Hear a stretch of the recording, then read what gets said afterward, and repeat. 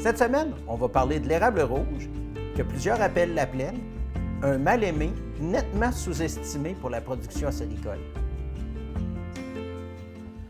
Pour commencer, on va parler de la saveur, parce que cette semaine, il m'est arrivé quelque chose de fantastique. Mon ami André Turcotte de Saint-Amable, que vous avez vu dans la capsule sur le nerf brun, m'a envoyé un échantillon de sirop qui est, lui, composé à 100% d'érable rouge. Il me l'a envoyé pourquoi? Parce que moi, dans le passé, à plusieurs reprises, moi et Edith, on a eu des érablières qui étaient composées principalement d'érable rouge, puis on adorait notre sirop. On l'avait souvent fait goûter à du monde à l'aveugle, puis même ceux qui pensaient qu'ils n'aimaient pas le sirop d'érable rouge, ou qu'eux appelaient de plaine, bien, le choisissaient à l'aveugle.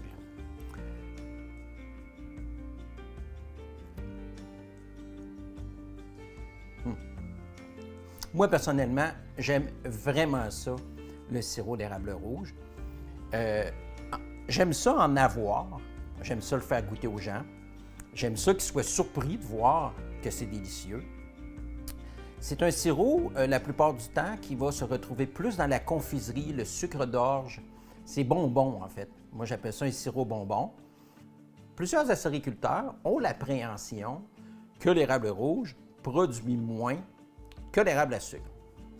Il faut savoir qu'il n'y a pas énormément d'études qui ont comparé avec des protocoles scientifiques dans les mêmes conditions la production d'érable à sucre et d'érable rouge.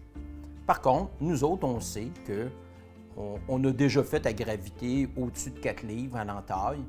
Plusieurs personnes nous rapportent du 5 à 6 livres avec l'érable rouge, ce qui veut dire que c'est possible de faire de la très belle production avec de l'érable rouge.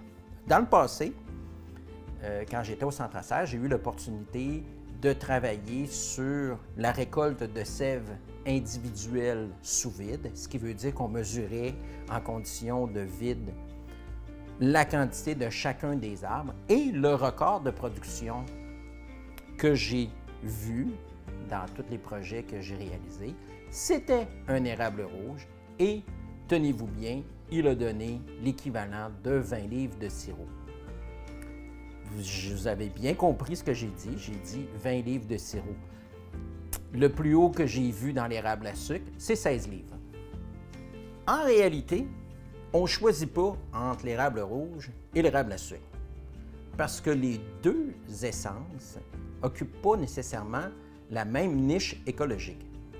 L'érable à sucre préfère les sols bien drainés, mi-pente jusqu'à haute pente dans les érablières, tandis que l'érable rouge, lui, va occuper les milieux un peu moins bien drainés et les bas de pente.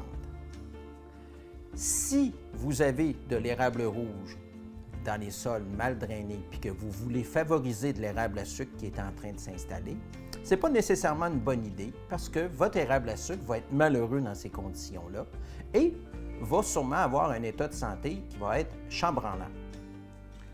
De la même façon, dans les bas de pente, si vous voyez que l'érable rouge est en santé et que l'érable à sucre a un peu de difficulté parce que le sol est moins bien drainé, essayez pas de vous battre contre la nature. La nature va toujours avoir raison sur vous.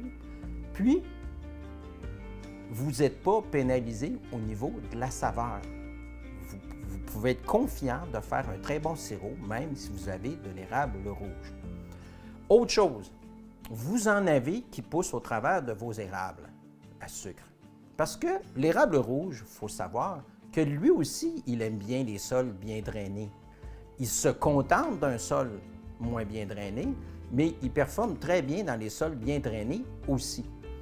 Et ça serait dommage de dire que vous allez enlever tous les érables rouges parce que, contrairement aux autres essences compagnes, l'érable rouge donne du sirop d'érable.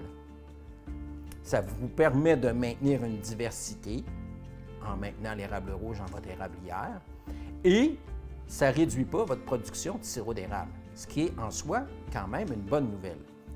On sait de la littérature que l'érable rouge a moins de prédateurs chez les insectes, dont entre autres la livrée des forêts, qui attaque beaucoup moins l'érable rouge que l'érable à sucre. On sait que quand on maintient une diversité d'essences dans son boisé, on est moins sujet aux épidémies d'insectes, ce qui veut dire que l'érable rouge devrait se retrouver probablement dans le top list des essences compagnes à maintenir dans votre érablière. Encore merci à André, très beau cadeau, un bon sirop bonbon. Quand on compare la couleur, je n'ai pas énormément d'échantillonnage, mais une chose qu'on peut se rendre compte, c'est que j'en ai 2 ici dans la collection que j'ai là de sirop. Et les 2, on peut dire qu'au lieu d'être dorés, ils sont cuivrés. Merci d'écouter les capsules. Puis celles-là, partagez-les parce que c'est important qu'on défasse les mythes puis qu'on redonne la noblesse à l'érable rouge.